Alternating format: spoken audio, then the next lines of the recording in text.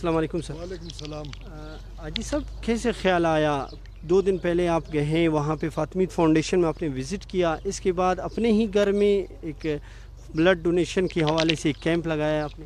देखिए, मैंने पहले भी कहा कि कोरोना का जो वबा है उसकी वजह से माशी, इंतज़ामी, इक्तिसादी और सेहत के हवाले से बहुत पेचीदगियाँ पैदा हुई हैं। मैंने जब डायरेक्टर फातिमीद फाउंडेशन का अपील सुना तो मेरा ख्वाहिश था कि पहले मैं, मेरे ख़ानदान के लोग, मेरा बेटा वॉलंटियर करेंगे, उसके बाद फिर हम अपने दोस्तों से अपील करेंगे।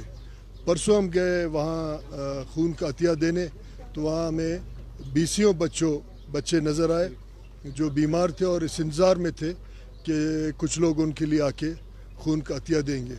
फिर हमारे साथियों ने मेरा जब ये अपील प्रेस के ज़रिए, सोशल मीडिया के ज़रिए सुना तो उन्होंने रब्ता किया और आज हमने कोशिश की कि अपने साथी और दोस्त साथ पार्टी के कारकुन शहर के, कितने लोग आए होंगे सर? इस वक्त मेरा ख्याल कोई 100 के लगभग लोग आए हैं और भी लोग आ रहे हैं।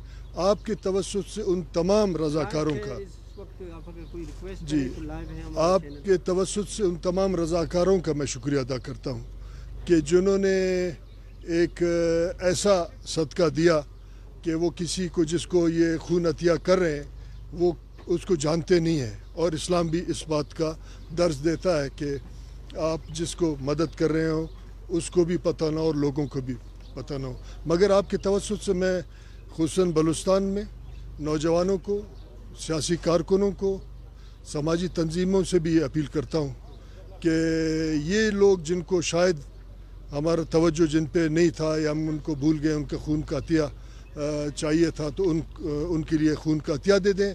फिर आपके तवज्जो से तमाम पाकिस्तान के नौजवानों, फलाही तंजीमों, समाजी लोगों के साथ जिनका ये काम है, लोगों का खिदमत करते, उनसे अपील करता हूँ कि ये एक बहुत बड़ा इशू बन रहा है, क्योंकि लोग अस्पतालों से दूर रहने लगे हैं कोरोना वायरस की वजह से, और खून का ये जो कमी है इसको फिर पूरा करने के लिए लोग रज़ाकाराना तौर पे आगे आएँ और थैलीसीमिया के मरीज़ या इस किस्म का और भी पेचीदगियाँ पैदा उनके लिए अपना इमदाद दें। मैं आपके तवज्जुह से आपकी मीडिया का, फातिमीद फाउंडेशन का और उन तमाम रज़ाकारों का शुक्रिया अदा करता हूँ कि उन्होंने आज आके खून का अतिया दिया उन ज़रूरतमंदों के लिए जिनका शायद आवाज़ अभी तक कहीं नहीं पहुँचा है।